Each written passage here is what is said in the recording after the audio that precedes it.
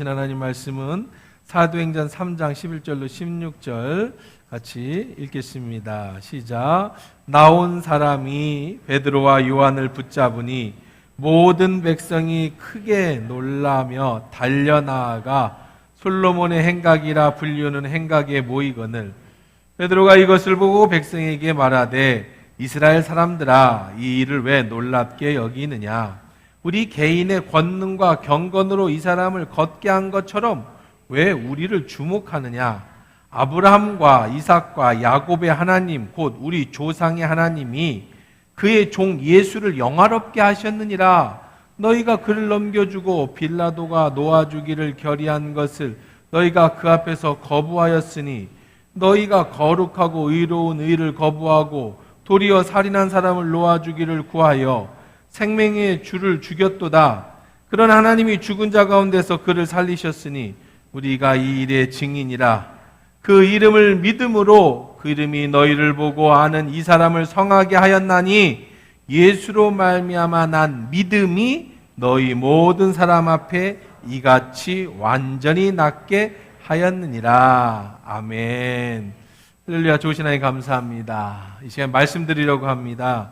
우리 귀를 열어주셔서 생명의 말씀이 하나님의 음성으로 들려지게 하옵소서. 예수님의 이름으로 기도합니다. 아멘. 오늘 우리 뻔한 인생 신바람 신앙 세 번째 시간인데요. 지난주까지 두 번에 걸쳐서 뻔한 인생 신바람 신앙에 대한 말씀을 드렸더니 이제 여러 피드백을 다양하게 받습니다. 예수를 믿으면 행복해야 된다. 예수를 믿으면 즐거워야 한다. 예수님이 나에게 즐거움을 주시기 때문이다. 세상의 즐거움은 잠깐이지만 예수님이 주시는 기쁨은 계속된다. 이런 말씀이 주제의 말씀이었습니다. 그런데 이런 질문을 받습니다. 목사님 알겠습니다. 그런데 어떻게 해야 뻔한 인생, 신바람 인생을 살 수 있다는 겁니까? 그렇죠? 알겠는데, 이론은 알겠는데 예수 믿으면 이렇게 행복한 인생이 된다는 건 알겠는데 한 주간 살아보니까 행복하지가 않아요. 한 주간 살아보니까 뻔하지가 않아요. 한 주간 살아보니까 신바람이 안 일어나요. 왜 이론과 나의 삶이 안 맞을까요? 자, 어떻게 해야 뻔한 인생, 신바람 신앙을 살 수 있습니까? 근데요, 정답은요, 여러분은 어떤 것도 할 수 없다예요. 여러분 인생을 재밌게 만들 수 없어요. 여러분 인생을 여러분이 신바람 나게 만들 수 없습니다. 이 세상 사는 게 어디 신바람이 납니까? 이 세상 사는 게 어떻게 즐겁습니까? 힘들고 답답해도 어려워도 주님이 주시는 기쁨으로 충만해라. 이게 정상이다. 그런데 막상 가보면 한숨부터 나오는 게 내 인생이고 내가 예수 믿는다고 해도 그렇게 정말 말씀처럼 신바람 나지가 않더라. 어떻게 해야 합니까? 결론은 안 된다. 그럼 목사님 어떻게 해야 해요? 안 된다라는 건요. 자, 지난주에 제가 마지막 부분에 결론을 해서 말씀을 드렸습니다.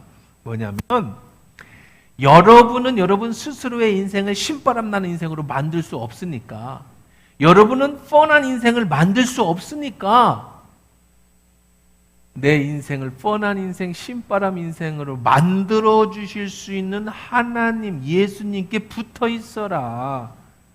그러니까 나를 뻔한 인생, 신바람 나는 인생을 만들게 해주시는 일은 내가 아니고 내 노력이 아니고 내가 해서 얻어지는 게 아니고 예수님이 나에게 주시는 거다라는 거예요. 주는 거.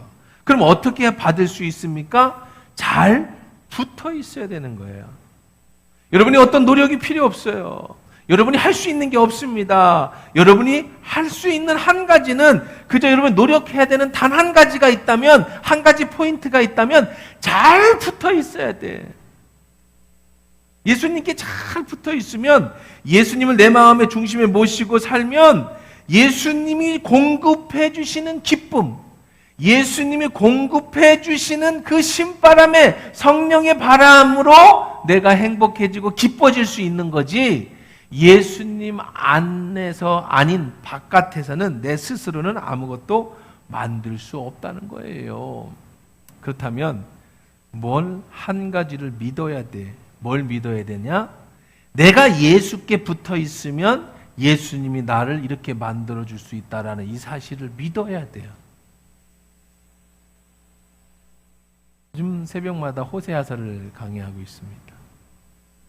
호세아는 하나님이 호세라는 선지자를 불렀어요. 그리고는요, 저 창녀촌에 아주 음탕한 고멜이라고 소문난 여자 하나가 있는데 너무너무 음탕해가지고 참 아주 사람들이 아주 손가락질을 하는, 고개를 절레절레 흔드는 여자입니다. 근데 그 여자를 아내로 맞으라는 거예요. 이거 뭐 총각이 몸 파는 창녀를 아내로 맞으라고 하나님이 하시니까 그 선지자니까 어쩔 수 없이 아내를 데리고 옵니다. 결혼을 합니다. 그 사이에서 아이를 셋이나 낳았는데 중요한 건 아이 셋이 내 아이인지도 모르겠어. 왜냐하면 이 여자가 임신한 상태로도 집을 나가고 또 임신을 했는데 이게 어떻게 생긴 애인지도 모르고 아주 복잡해요. 근데 선지자니까 하나님이 하라니까 합니다. 임신한 상태로 배부른데 다른 남자 만나러 집을 나가버렸습니다. 그거를 보는 호세아의 마음이 어떻겠어요? 그걸 아는 주변 사람들은 어떻게 말하겠습니까? 그런데 집 나가면 하나님이 호세아에게 얘기하기를 찾아오래요. 그래서 여자 찾으러, 아내 찾으러 나가보면 어디가 있느냐? 포주한테 잡혀 있는데 뭔 짓을 또 어떻게 저질렀는지 몸값이 올라가 버렸어요. 그래서 하는 수 없이 포주에게 그러기를 몇 번 몸값과 더불어 많은 양의 곡식을 주고 다시 사와야 돼. 내 아내인데. 그리고 아내를 또 데리고 옵니다. 그러면 또 집을 나갑니다. 하나님이 왜 이런 장난 같은 일을 호세아에게 시키시는 건가? 왜 하나님이 그랬을까? 여기는 아주 중요한 메시지가 있어요. 메시지.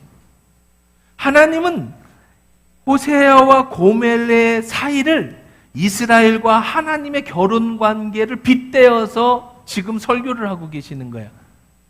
시청각 설교를 하는 거죠. 호세아가 고멜이 나가면 돈 주고 사오고 또 사오고 또 사오듯 이스라엘 백성이 하나님을 떠나고 배신하고 방황하고 또 음탕하게 바알을 섬기고, 그럼 하나님께서 그들이 또 고통을 당해요. 막 전쟁이 나고, 그러면 또 하나님이 그들을 다 불러다가 다시 앉혀놓고, 그러면 잘못했다고 회개해서 잘 살 줄 알면 또 저지르고, 이런 모습을 호세아와 고멜과의 관계를 통해서 하나님과 이스라엘의 관계를 보여주고 있는 거예요. 근데 핵심의 메시지는 뭐냐면 이거예요. 내가 이스라엘을 너무 사랑한다. 사랑하는 게 죄예요. 사랑이 죄. 마음 같아서는 버려버리면 좋겠어요. 이런 여자 어떻게 데리고 살아요? 한 번도 아니고 두 번도 아니고 임신한 상태로다가 나가서 돈 주고 사오고. 그런데 버릴 수가 없어. 왜? 사랑하니까. 그 얘기를 호세아와 고멜 사이에서 그 결혼 관계를 통해 보여주면서 시청각으로 설교하고 있습니다. 돌아와라. 내가 너를 사랑하니까 돌아와라. 이게 호세아서의 핵심 메시지입니다. 우리 하나님 앞에서 핀 우리들의 인생, 우리가 어떻게 뻔한 인생, 행복한 인생이 될 수 있느냐? 다른 거 없어요. 하나님을 떠난 고멜은, 아버지를 떠난 탕자는 잠깐의 즐거움이요 만족이 있는 것 같지만 그 안에는 행복이 없어 결국은 고통 속에 빠지는 것처럼, 우리가 왜 뻔한 인생을 살지 못하느냐? 왜 행복한 인생을 살지 못하느냐? 왜 기쁜 인생을 살지 못하느냐? 우리가 하나님께 붙어있지 못하기 때문에, 하나님을 떠나 세상의 만족을 찾아 쫓아가니까, 세상의 욕심을 쫓아가니까 그 안에 기쁨이 없는 거더라. 그러면 어떻게 해야 합니까? 다른 거 없다. 돌아오면 돼. 무조건 두 팔 벌려 기다리고 계시는, 아무리 음탕하고 잘못한 죄를 저질렀어도 기다려주는 호세아에게 고멜이 돌아오듯이, 아버지의 유산을 이미 상속받아가서 허랑방탕하게 썼지만 두 팔 벌려 기다리는 아버지께로 돌아오듯이, 오늘 내가 다시 예수님께도 돌아오고 예수님께만 붙어 있으면, 그러면 다시 내 인생의 변화가 일어날 것이다. 뻔한 인생, 신바람의 인생에 거기에서 다시 시작되어지는 거예요. 포도나무에 포도줄기가 잘 붙어 있을 때 영양분을 공급을 받는 것처럼 우리가 예수님 앞에 잘 붙어 있을 때, 그러면 목사님, 잘 붙어 있는다라는 게 뭡니까? 어떻게 붙어야 예수님으로부터 기쁨의 영양분을 공급받을 수 있습니까? 또 이렇게 질문을 할 수 있겠죠. 붙어 있는다라는 게 뭐냐? 그거는 이미 우리가 너무나도 많이 들었던 얘기예요. 기독교 핵심입니다. 말씀과 기도예요. 말씀과 기도. 말씀과 기도가 우리가 예수님께 붙어 있는 거야. 여러분, 예수님께서 사단에게 시험을 받으시기 전에 40일간 광야에서 금식을 하셨어요. 배고프죠. 예수님도 사람이니까 배고팠어요. 사단이 왔습니다. 예수님께 얘기했습니다. 예수님, 배고프시죠? 여기 돌덩어리가 있습니다. 당신은 이걸 떡으로 만들 수 있는 능력이 있지 않습니까? 자, 이걸 떡으로 만들어서 드십시오. 그럼 두 가지 효과가 있을 겁니다. 첫째는 당신이 배고픈 것을 채울 수 있는 배부름을 얻을 것입니다. 두 번째는 사람들이 우와, 이분은 진짜 하나님의 아들이시다. 돌로 떡을 만들어내시니 우리의 배고픔을 채워줄 왕이다. 이렇게 말할 겁니다. 그러면 당신은 한순간에 하나님의 아들로 인정받을 겁니다. 이런 기회가 어디 있습니까? 유혹이죠. 사단의 유혹. 그때 예수님께서 하신 말씀이 뭐예요? 우리가 잘 아는 것처럼 사람이 떡으로만 살 것이 아니요 오직 그 입에서 나오는 하나님의 말씀으로 살 것이다. 우리의 육신은 떡을 먹어야 즐겁습니다. 우리의 육신은 술 한 잔 마시면 기분이 좋습니다. 우리의 육신은 노래를 부르거나 춤을 추거나 아주 음단한 패설을 하거나 이런 야릇한 상상이나 이렇게 말초신경을 자극할 때 기분이 좋습니다. 하지만 그거는 잠깐이에요. 오히려 그것이 잘못하면 우리들의 삶을 완전히 망가뜨릴 수도 있어요. 그건 육신이에요. 우리의 영은요, 무엇으로 기쁨을 얻느냐면, 무엇으로 행복을 얻느냐면, 뭘 얻는다? 하나님의 말씀으로 얻는다. 사람이 떡으로만 살 것이 아니에요. 떡은 뭐를 위한 거고? 육신을 위한 거고. 영원한 기쁨과 낙은 우리의 영혼은 무엇으로? 말씀으로 산다고 예수님이 말씀하시는 거예요.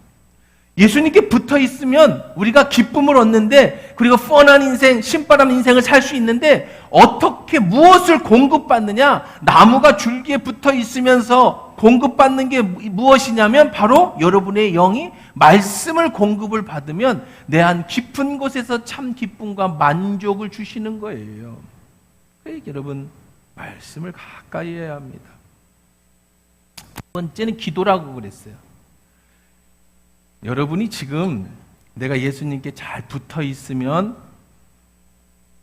뻔한 인생, 신바람 인생을 살 수 있다고 말씀을 드렸는데, 잘 붙어 있는 건 말씀과 기도라고 말씀드렸습니다. 그럼 여러분이 잘 붙어 있는지 점검을 해봐요. 기도가 불편합니까? 기도가 여러분들 부담스럽습니까? 기도하는 게 어렵습니까? 이제 중보기도 2기가 시작됐어요. 1기를 해보고 2기를 신청하신 분도 계시고 포기하신 분도 계시는데, 여러분 시간 내서 기도하는 게 참 불편합니까? 기도한다고 하면 벌써부터 걱정이 앞섭니까? 기도가 뭔지 잘 모르고 기도를 못 하겠습니까? 여러분은 안 붙어 있어서 그런 거예요. 밥 먹는 게 불편하신 분 계시죠? 그거는 병나서 그런 거죠. 건강한 사람은 밥 먹는 게 불편하지 않아요. 우리의 영이 건강하면, 여러분이 예수님께 붙어 있으면 말씀 보고 기도하는 게 불편하지 않습니다. 오히려 그 안에 기쁨을 얻죠. 힘을 얻고 그 안에 에너지를 얻어요. 근데 말씀을 한 주에 한 편, 나는 일주일 내내 말씀 한 장도 안 읽는다. 난 일주일 내내 설교 한 편도 안 듣는다. 주일 설교 말씀 듣는 게 전부다. 나는 기도 한 번도 안 한다. 그러면 여러분 붙어 있지 못한 거예요. 그런 사람 보고 말씀 읽으라고 하면, 말씀 들으라고 하면 어렵지요. 그런 사람들에게 기도하라고 그러면 굉장히 부담스럽습니다. 그러면, 그렇게 되면 우리가 건강해지지 못해. 그렇게 되면 신바람 인생, 뻔한 인생을 살 수가 없죠. 목사님, 기도 안 하고 말씀도 안 보면서 뻔한 인생, 신바람 인생을 살 수 있는 방법은 없을까요? 이렇게 물어보는 것 같아. 목사님, 차에 기름을 안 넣고도 계속 달릴 수 있는 방법은 없을까요? 목사님, 밥을 안 먹는데 항상 에너지를 충만하게 해서 살 수 있는 방법은 없을까요? 저는 여러분 뭐라고 대답하겠어요? 글쎄, 앞으로 미래에 핵이 연료가 돼서 자동차마다 핵연료봉을 하나씩 꽂고 다니면 그렇게 되려나? 아직까지는 안 될 것 같은데. 네. 하나님께 붙어 있는다라는 것은요, 그분으로부터 말씀을 공급받고 그분으로부터 기도를 통해 하나님이 주시는 능력을 공급받을 때, 그때 내 안에 기쁨이 충만하고 그 안에 내 안에 하나님의 뻔한 인생을 살게 되는 거예요. 그렇지 못하면 밥을 안 먹고 건강해지기를 바라고 기름 안 넣고 차를 타고 다니는 거하고 똑같은 거예요. 그럼 목사님, 어떻게 해야 합니까? 난 하나도 못하는데. 지금부터라도 붙어있는 연습을 하셔야 돼. 습관을 들여야 돼. 목사님, 왜 이론은 알겠는데 내 삶에 기쁨이 없습니까? 그것은 너무나도 오랫동안 여러분의 마음에 하나님 나라를 이루지 못했기 때문에, 너무나도 오랫동안 잘못되는 것이 익숙하고 불행한 것이 익숙하고 또 슬픈 것이 익숙하고 우울한 것이 너무나도 익숙해졌기 때문에, 사단이 너무나도 내 마음을 오랫동안 잡고 있었기 때문에, 한 번 말씀 듣는다고, 한 번 여러분이 이것을 깨닫는다고 내 삶이 완전히 바뀌어지는 건 아니라는 거예요. 그럼 어떻게 해야 합니까? 지금부터 시작이에요. 차근차근. 뭐부터 시작해야 돼요? 한 번도 기도 안 하시는 분들은 밥 먹을 때 기도하고 잠잘 때 기도하는 것부터 습관을 들이세요. 선생님, 나는 밥은 먹고 잠잘 때 기도는 한 30초든 1분이든 하는데요. 잘하셨습니다. 그러면 아침에 일어나서든지 잠자기든지 누워서 하지 말고 5분이라도 무릎을 꿇고 침대에서 기도하는 훈련부터. 그것도 쉽지 않아요. 습관이 안 되면. 하루에 그냥 한 페이지, 한 장, 성경 한 장 읽는 훈련부터라도 여기부터 시작돼야 돼. 그리고 붙어있는 가장 좋은 방법은요, 여러분에게 교회가 서비스를 해드리는 게 있어요. 그게 뭡니까? 새벽 예배, 수요 예배, 금요 기도회, 주일 예배. 예배가 뭐예요? 말씀과 기도잖아요. 여러분 혼자 하기 힘드니까 새벽마다 목사님이 여러분에게 말씀을 전해주고 함께 기도하게 해주고, 수요일에 말씀 전해주고 기도하고, 금요일에 말씀 전해주고 기도하고, 이렇게 서비스를 제공해드려요. 교회 나오세요. 한 번도 안 나오시는 분은 수요 예배만이라도 한번 나와보세요. 수요 예배 나오시는 분은 금요일에 한 번 더 나오세요. 수요일, 금요일 나오시는 분은 새벽에도 나오세요. 너 거리가 멀고 시간이 안 맞으면 가능하기 힘들겠지만 집에서라도 혼자 수요 예배 유튜브를 본다든지 아니면 어떤 방법을 통해서 하나님께 붙어 있어야 공급을 받아요. 그래야 하나님이 주시는 기쁨을 얻을 수 있어요. 그래야 뻔한 인생을 살 수 있어요. 우리는 어떤 기복신앙이 아닙니다. 그냥 교일날 예배 한 번 드린다고 내 인생이 갑자기 오늘부터 모든 게 달라지고 그러지 않아요. 주님께 붙어 있으면 세상이 주지 못하는 참 기쁨, 뻔한 인생, 행복한 인생이 될 겁니다. 다음에 또한 중요한 게, 붙어 있음의 축복의 중요한 건 뭐냐면, 여러분이 말씀과 기도가 첫 번째라면 두 번째는요, 이 사실을 믿어야 돼요. 뭘 믿어요? 내가 하나님 앞에 붙어 있으면 하나님이 내 인생을 해피하게, 뻔하게, 내 인생의 신바람 나는 인생으로 바꿔주신다라는 사실을 뭐 해야 된다? 믿어야 돼요. 여러분, 믿는 것과 믿어지는 것은 달라요. 믿는 것은 능동이죠. 내가 믿는 겁니다. 믿어지는 건 수동입니다. 누군가에 의해서 내가 믿어지게 되는 거예요. 근데 여러분은 다 능동은 다 가지고 있어요. 말씀을 들었어요. 그래서 이렇게 말합니다. 당신 예수 믿어요? 네, 저 예수 믿어요. 당신은 천국이 있다는 사실을 믿어요? 네, 전 천국이 있다는 사실을 믿어요. 당신은 예수님이 십자가에 죽으셨다는 사실을 믿어요? 네, 주님이 나를 위해서 십자가에 죽었다는 사실을 믿어요. 이건 능동입니다. 내가 믿는 겁니다. 근데 내가 믿는 걸로는 아무 역사도 안 일어나요. 이게 진짜로 믿어져야 돼. 이건 내가 하는 게 아니야. 하나님이 나에게 믿음을 주셔야만 믿어져. 말로는 십자가를 믿는다고 하지만 십자가를 믿는 자다운 행동을 하지 않아요. 천국이 있다고 말은 내가 능동적으로 말하지만 천국을 전혀 준비하지도 않아요. 예수님이 나를 위해서 죽으셨고 또 예수님이 나에게 해피한 인생, 뻔한 인생, 신바람 인생을 만들어 주신다라는 사실은 내가 믿는데 그것이 믿어지지는 않아요. 이 차이가 있는 거예요. 믿는 것과 믿어지는 건 다른 거예요. 믿는 건 내가 믿는 거고 믿어지는 건 하나님이 나를 믿어지게 해주시는 거예요. 역사는 언제 일어나느냐? 여러분이 믿을 때 일어나는 게 아니라 믿어질 때 일어나는 거예요. 그 믿어짐은 하나님의 선물이에요. 그것은 하나님이 주시는 은혜입니다. 그럼 이렇게 말할 거 아니에요. 아니, 목사님, 그럼 하나님이 주신 선물이면 나는 믿는다고 했는데 내가 할 수 있는 건 뭐가 있을까요? 선물을 기다리는 수밖에 없어요. 믿어지게끔. 어느 날 갑자기 내가 하나님 안에 있다라고 하는 자부심과 기쁨이 충만해지기 시작하고 어느 날 갑자기 인생이 행복해지기 시작하고 어느 날 갑자기 나의 삶이 환해지기 시작하는 것, 그 믿음의 역사가 하나님의 선물로 다가오는 거예요. 어느 날 갑자기 예수님이 십자가에서 죽으신 그 보혈의 은혜가 정말로 믿어지면서 내게 다가오고 그거로 인해 내가 한없이 죄인이라는 걸 깨닫고 그분 앞에 무릎을 꿇으면서 정말 죄 용서받은 그 기쁨의 감사가 나도 모르게 깊은 데서부터 쫙 올라오는 거예요. 이거는 하나님이 주시는 선물이에요. 그럼 내가 할 수 있는 게 뭡니까? 여러분이 할 수 있는 건 믿는 거예요. 믿어. 그럼 믿는 건 어떻게 믿는 겁니까? 믿는 것은, 믿음은 뭐에서 나온다? 들음에서 나와. 먼저는 오늘 이 말씀을 들었죠. 아, 우리는 하나님 안에 있으면 뻔한 인생을 살 수 있어. 하나님 안에 있으면 우리는 해피한 인생을 살 수 있어. 그런데 목사님 안 되던데요? 이건 안 믿는 거예요. 계속 믿으세요. 여러분 이념 속에, 관념 속에, 여러분의 개념 속에 능동으로 계속 믿으세요. 그리고 두 번째 해야 될 게 있어요. 입으로 고백하셔야 돼요. 어떻게 고백해? 하나님이 나와 함께 하신다. 성령님이 내 안에 계신다. 난 신바람 인생을 살 거다. 난 건강할 거다. 난 행복할 거다. 주님이 내 인생을 책임져 주실 거다. 자꾸 고백해야 돼. 사단은 여러분의 마음을 안 뺏기려고 합니다. 야, 너 같은 게 무슨 하나님의 사랑을 받아? 너 예배도 다 안 나가고, 너 말이야, 뭐도 죄도 짓고, 넌 정말 내가 봐도 넌 한없이 불쌍하고 모자란 애인데, 네가 무슨 하나님의 사랑을 받아? 이렇게 사단이 여러분을 공격할 때, 아니야! 나사렛 예수 이름으로 사단아 물러가라. 하나님이 나와 함께 하신다. 그러면 나는 행복한 인생이 될 수 있다.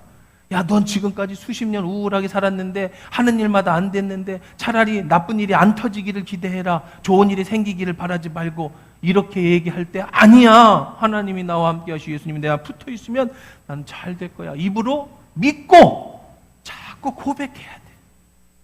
한번 따라해 보십시다. 이제 오늘부터 크게 해봐 할 거면요. 능동적으로 의지를 가져야 일이 벌어지는 거예요. 수동적으로는 아무 일도 안 돼. 그건 하나님이 해주셔야 돼. 자, 이제 오늘부터 내 안에 성령님이 계시니 신바람 인생을 살 것이다. 나는 건강할 것이다. 나는 행복할 것이다. 나는 주님이 주시는 기쁨이 충만할 거다. 자꾸 뭐가 됐든 여러분 만들어도 돼. 마음대로 만들어서 아침마다 일어날 때마다 외쳐. 이거는 세상의 마인드 컨트롤하고 달라요. 세상의 마인드 컨트롤은 자기 스스로 인생을 만들어가는 거고 이것은 내 믿음의 고백인 거예요. 신앙의 고백인 거예요. 그러면 하나님이 여러분에게 주셔요. 더 이상 우울해지지 마십시오. 더 이상 여러분 음침한 곳에 숨지 마세요. 더 이상 불행이 안 오기를 꿈꾸지 마세요. 그렇게 하지 마세요. 적극적으로 나가십시오. 나는 행복하다. 나는 축복받았다. 난 잘 될 것이다. 하나님이 나와 함께 하신다. 믿음으로 고백해야 되는 줄 믿습니다. 우울함을 벗어버리세요. 부정적 생각 벗어버리세요. 적극적으로 나는 변화될 사람이다. 나는 행복할 사람이다. 나는 축복의 사람이다. 나는 하나님의 자녀다. 그러니 난 행복하다. 자꾸 사단이 아니야. 넌 불행해. 너는 못나. 아니야. 나는 할 수 있어. 하나님이 나와 함께 하시니까 계속해서 여러분 스스로의 믿음으로 선포하고 믿고 그래. 목사님 말씀하셨어. 하나님 말씀하셨어. 못 걷게 된 자도 나사렛 예수의 이름으로 일어나 걷게 되고 하나님을 찬양하는 것처럼 내 인생이 지금까지 이렇게 살았을지라도 앞으로 나는 행복하게 살 거야. 할렐루야. 성경의 모든 역사는 그런 역사예요. 여러분, 간증하는 사람들의 얘기는 전부 그런 얘기입니다. 저는 그런 사람이 아니었어요. 그런데 예수를 믿고 예수님이 내 안에 오셔서 나를 변화시키니 내 삶이 이렇게 바뀌었습니다. 이게 전부 성경의 역사예요. 성경의 내용이 전부 그런 겁니다. 오늘 간증하는 사람들의 얘기가 전부 그런 겁니다. 그럼 오늘도 여러분 똑같다는 거예요. 여러분이 바로 그 역사의 주인공이 되는 줄 믿습니다. 거기서부터 시작되는 거예요. 시작이라고 그랬어요. 시작. 수십 년 동안 우울하게 살던 사람이 갑자기 바뀌지 않는다고 그랬죠. 뭐 그럴 수는 있지만 거기 참 힘들어요. 수십 년 동안 부정적인 사람이 갑자기 긍정적인 사람이 되지 않아요.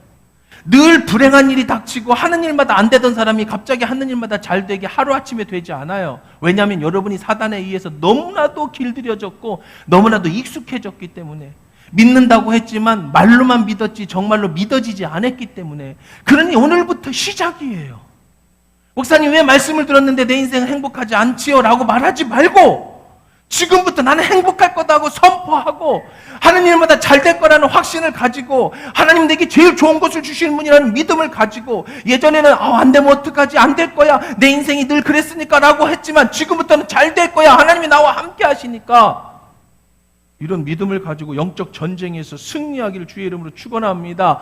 사단은 자꾸 여러분을 공격해서 뺏어. 넌 안 돼. 넌 그 모양으로 살아. 이렇게 살다 이렇게 죽는 거야. 네가 왜 지금 변화되려고 그래? 네 인생은 불행해. 넌 자식들도 잘못됐잖아. 너는 그렇잖아. 넌 부모도 잘못 만났잖아. 넌 실패했잖아. 넌 이렇게 불편하고 넌 이런 죄인이잖아. 자꾸 내 인생에 살아온 과거를 갖고 자꾸 사단이 나를 눌러서 나를 어둠 속으로 자꾸 집어넣을 때에, 아니야, 난 할 수 있어. 하나님이 나와 함께 하시니, 내가 하는 게 아니라 하나님이 내가 함께.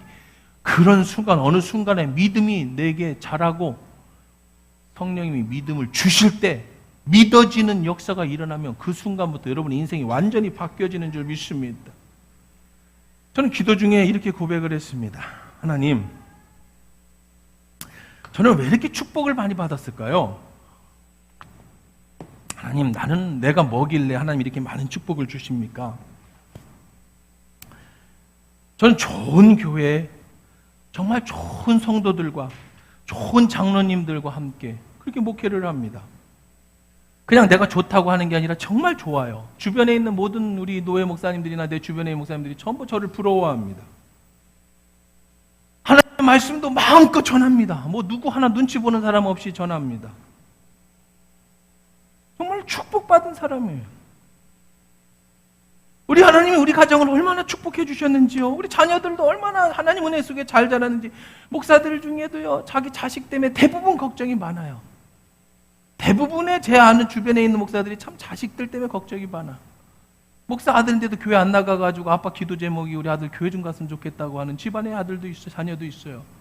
다른 지역으로 학교를 갔는데 교회를 안 나가요. 목사 아들인데. 그런 집도 있어요.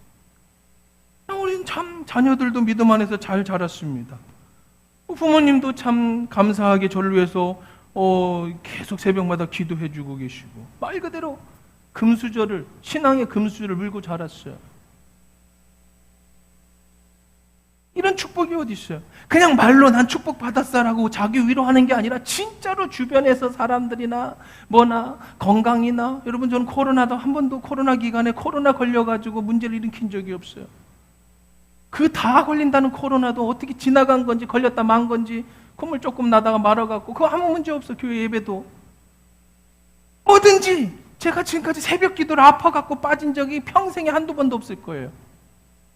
2시간을 자도 일어나 나올 수 있어요. 건강, 자녀, 가정, 목회, 삶, 정말 말 그대로 뻔한 인생, 행복한 인생을 자신 있게 저는 이렇게 삽니다라고 설교할 수 있습니다. 제 주변에는요, 사람들이 다 좋은 사람만 있어요. 제 주변에 있는 목사님들, 노예 목사님들은요, 정말 좋은 분들이에요. 지금같이 어려운 시절에도요, 저하고 다니는 한 7분이 같이 선교회를 조직하고 하지, 전부 교회가 부흥해요. 이 어려운 시절에. 좋은 친구들, 신학교 때 좋은 동기들, 외로울 때 어려울 때 만나서 같이 위로하고 같이 격려할 좋은 친구들도 있습니다.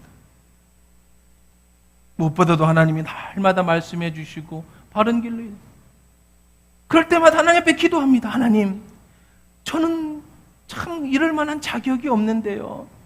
제가 고등학교 때까지만 해도 어렸을 때 고등학교 때가 참 집도 가난하고 참 슬픈 인생을 살았어요. 하는 일마다 안 되고 우울한 인생을 살았는데 고등학교 때 하나님을 만나고 나서 완전히 하나님이 약속하신 그 모든 축복을 다 내게 주셔서 이렇게 살았어요. 인생을 돌이켜보니 꽃길만 걸었어요.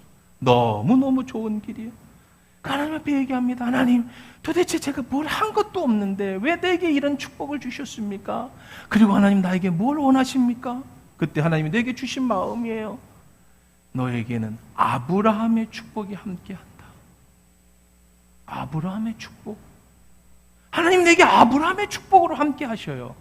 그러니까 아브라함의 축복이 뭐냐? 창세기 12장 1절 3절입니다. 같이 한번 읽어봅니다. 같이. 뭐야 이거? 왜 막 섞였어? 이거 뭐야 이거? 아, 새로 보낸 거 안 뒀구나. 자, 어쨌든 간에 읽어봐요. 자, 시작.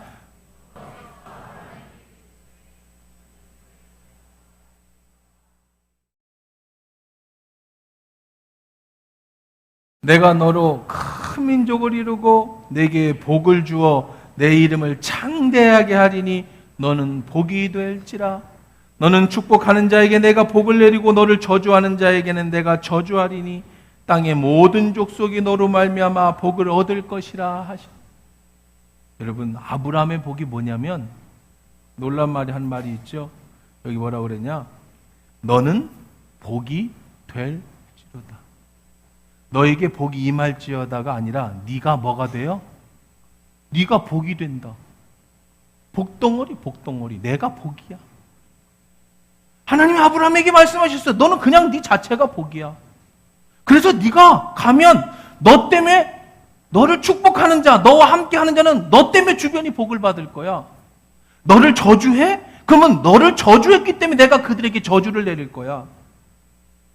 땅의 모든 족속이 너로 말미암아 복을 받을 거야. 너 때문에, 아브라함 때문에 복을 받는 거예요. 저 때문에 여러분이 복을 받는 거예요. 할렐루야. 아멘도 크게 해. 싫으면 말든지. 저 때문에 여러분이 복을 받는 거예요. 아브라함의 복이라니까요. 그런데 중요한 건요, 이거 언제 약속했냐면 창세기 몇 장이에요? 12장은요 아브라함을 부르는 소명장이에요. 아브라함이 아무것도 한 게 없어요. 이삭 바친 건 앞으로 10장, 12장 지나서야. 아브라함의 아버지가 우상장수였어요. 우상 만드는 석공이었다고요. 하나님을 몰랐어요. 근데 어느 날 하나님이 아브라함을 찾아오셨어요. 그리고 아브라함한테 이렇게 얘기하는 거예요. 아브라함아, 나와 함께 가자. 내가 너를 복으로 만들어줄게. 내가 너를 그냥 큰 민족으로 만들어줄게. 이게 하나님의 은혜예요. 아브라함아, 네가 뭐가 될 것이다? 복이 될 것이다. 하나님은 나를 아브라함의 복으로 함께 하셨다 말씀하셨습니다. 자, 그러면 목사님 좋겠네요. 목사님은 특별하게 하나님의 아브라함의 복을 받으셨군요. 그럼 이런 설교도 필요 없지요. 그냥 가만히 태어나서 복이면 복으로 살면 되지. 아니요. 아브라함을 뭐라고 불렀어요? 믿음의 조상이라고 불렀어요. 믿음으로 복을 받은 아브라함, 믿음으로 하나님을 따라 나온 아브라함이 복이 됐다는 얘기는, 조상이라는 것은 DNA, 내가 아버지의 DNA를 받고 아버지는 할아버지의 DNA를, 유전자를 받았죠. 조상의 유전자를 받습니다. 우리는 동양인의 유전자를 받아서 얼굴이 이런 거예요. 얼굴이 까만 사람들은 까만 유전자를 받고 하얀 사람은 하얀 유전자를 받고, 그래서 하얗게 되고 까맣게 되는 거예요. DNA가 그렇게 들어있어요. 여러분은 믿음의 조상 아브라함의 DNA를 받았어요. 그러니 여러분은 어떤 사람입니까? 여러분 자체가 아브라함의 복을 받은 사람인 줄 믿습니다. 그런데 왜 내 인생에서 그렇게 안 됐느냐? 너무나도 사단한테 여러분이 빼앗겨서, 내 마음을 빼앗겨서 너무나도 죄 속의 세상에서 붙어있지를 못하고 세상에 살았으니, 어위가 백조가 오리 아래 파묻혀가지고 그 닭 속에 파묻혀서 태어나기를 보니까 전부 닭들, 병아리들 사이에 삐쭉 커가지고 평생 학대받고 천대받고, 너는 달라, 너는 틀려, 너는 못났어, 미운 오리 새끼가 된 거예요. 여러분은 그런 존재가 아닌데, 여러분은 가는 곳마다 복을 받는 복인데, 그 사실을 믿을 때 성령이 내 안에 오면 신바람이 일어나는 존재인데, 여러분은 예수의 십자가의 보혈의 은혜로 사단 마귀가 여러분 앞에 굴복하고 여러분이 가는 곳마다 하나님의 축복의 삶을 살아가야 될 존재인데 왜 그렇게 못 사냐? 너무나도 오랫동안 거기에 얽매인 채로 우울감과 좌절감과 실패감에 사로잡혀 살면서 이렇게 붙어있지 못했기 때문인 거예요. 여러분 어떤 존재입니까? 에베소서 1장 3절 이렇게 얘기합니다. 시작. 찬송하리로다 하나님 곧 우리 주 예수 그리스도의 아버지께서 그리스도에서 하늘에 속한 모든 신령한 복을 우리 그리스도 예수 안에서, 하나님께서 그리스도 안에서, 하나님 안에서 여러분에게 뭘 주셨다고요?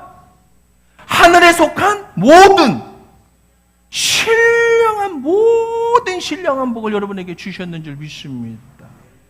자기 아들 예수를 죽이면서까지 사랑하는 존재가 바로 여러분들이에요. 여러분 그런 복을 받은 사람들이에요.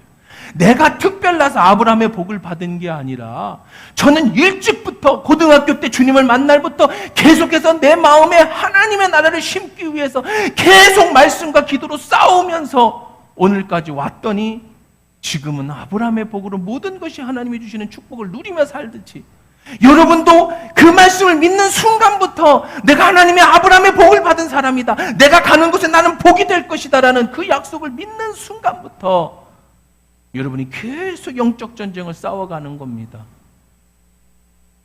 이것을 믿고 말씀을 선포하십시오. 내 마음의 천국이 이루어질 때까지 믿음으로 고백하십시오. 하늘에 속한 신령한 것을 내게 주신다.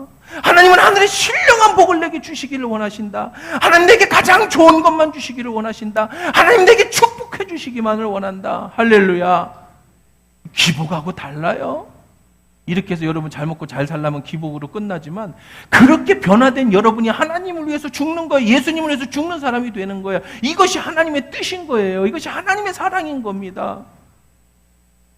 아브라함이 믿음의 조상이에요. 우리의 선조입니다. 유전자를 받은 사람입니다. 우리가 예수 그리스도를 믿을 때 아브라함의 믿음의 DNA를 가진 사람입니다. 이제 여러분 속에는 축복의 DNA가 다 들어있어요. 이제는 여러분 이 DNA를 능력으로 선포하시고요. 믿으시고요. 이제 더 이상 난 안 돼. 왜 나는 기쁨이 없을까? 이렇게 말하지 마세요. 그건 당연한 거예요. 왜? 평생을 그렇게 살아온 여러분이 갑자기 기쁨이 찾아오는 그런 일이 쉽겠냐는 거예요. 그렇지 않아요. 계속 붙어 있으십시오. 작은 것부터라도 말씀 속에 들어가십시오. 작은 것부터 기도로 들어가십시오. 자꾸 주님 앞에 붙어 있으려고 여러분 습관을 들이십시오. 세상의 즐거움보다는 주님의 즐거움에 자꾸 여러분을 노출시키십시오. 그러다 보면 조금씩 여러분의 마음이 그리스도를 닮은 사람의 모습으로 천국이 여러분 안에서 이루어지기 시작하면 어느 순간에 여러분은 완전히 복이 되어 있어서 여러분 때문에 주변이 복을 받고 여러분 때문에 여러분을 축복하는 자 축복받고 여러분을 저주하는 자가 주님이 주시는 저주를 받는 그런 놀라운 능력이 여러분에게도 똑같이 아브라함과 같이 임하게 될 줄 믿습니다.